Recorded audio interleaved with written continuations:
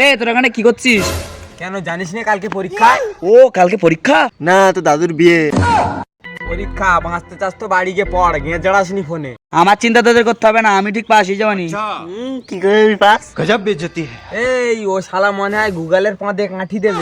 ঠিক বলেছিস, ও voice types এখন লেখার মুরুদ নেই।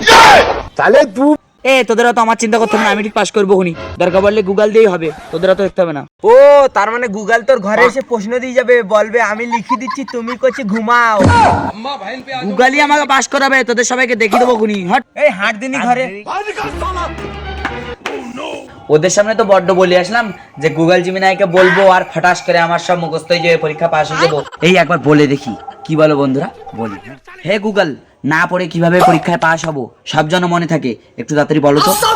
তাহলে মন দিয়ে শুনুন। প্রথমে সমস্ত ব্র্যান্ডের সহায়িকা এক জায়গায় সংগ্রহ করুন, তারপর সেই সহায়িকা থেকে একটা একটা করে পৃষ্ঠা ছিঁড়ে ফেলুন, তারপর সেটিকে ছোট ছোট টুকরো করুন এবং মিক্সার গ্রাইন্ডারে হালকা জল দিয়ে সেটার একটি পেস্ট তৈরি করুন।